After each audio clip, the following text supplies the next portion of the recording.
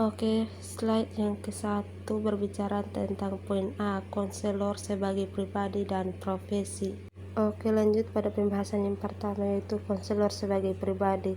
Dibagi menjadi 3 bagian, yaitu yang pertama, individu dengan potensi keterbatasan dan perkembangan pribadi yang berkelanjutan.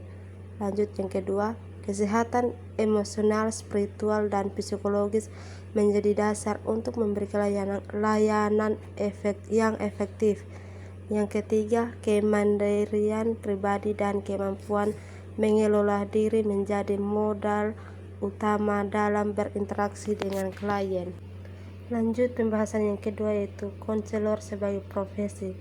Memiliki standar kompetensi, etika, dan keahlian yang diakui secara profesional, bertanggung jawab terhadap kualitas layanan, perkembangan ilmu konseling, dan kesejahteraan klien, berperan sebagai fasilitator perubahan, pendengar yang empati, dan bimbingan yang objektif. Slide yang kedua berbicara tentang poin B, landasan dan identitas religius pengembangan pribadi konselor. Yang pertama, yaitu landasan religius. Ajaran Kristen sebagai fondasi pandangan hidup, nilai dan prinsip dalam berpikir dan bertindak, keyakinan akan Tuhan yang Maha Kuasa, kasih karunia-Nya, dan panggilan untuk melayani sesama menjadi landasan utama. Pemahaman akan keberadaan manusia sebagai ciptaan Tuhan yang memiliki martabat tinggi. Lanjut, identitas religius. Identitas sebagai orang Kristen yang hidup sesuai dengan ajaran Yesus Kristus menjadi bagian tak terpisahkan dari identitas sebagai konselor. Identitas iman dengan praktik konseling untuk memberikan layanan yang holistik menjadi ujung tombak dalam menunjukkan kasih, pengampunan, dan pengharapan terhadap keberagaman keyakinan klien. Slide yang ketiga, poin C, berbicara tentang konselor sebagai pribadi Kristus. Konselor sebagai pribadi yang mengikuti jejak Yesus Kristus dalam kehidupan dan profesi, menunjukkan sifat Kristus seperti kasih, kebaikan, kesetiaan, dan kemurahan hati dalam setiap interaksi dengan klien. Menganggap pelayanan konseling sebagai bentuk pelayanan kepada Tuhan, di mana setiap klien diperlakukan dengan penuh penghargaan sebagai ciptaannya.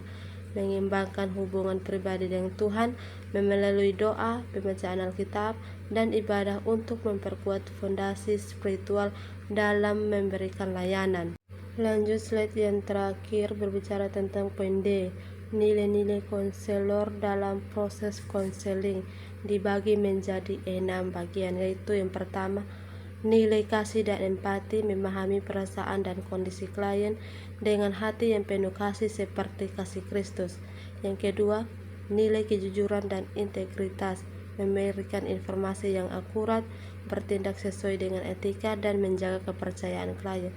Yang ketiga, nilai pengampunan dan harapan, membantu klien melihat peluang perubahan dan pemulihan melalui sudut pandang kasih karunia. Yang keempat, nilai martabat manusia, menghargai setiap klien sebagai ciptaan Tuhan yang memiliki nilai dan potensi untuk berkembang. Yang kelima, nilai kerahasiaan, menjaga rahasia informasi klien sebagai bentuk penghormatan terhadap hak dan martabat mereka. Dan yang terakhir 6, yaitu nilai objektivitas, memberikan panduan yang seimbang dan tidak memaksakan keyakinan pribadi kepada klien.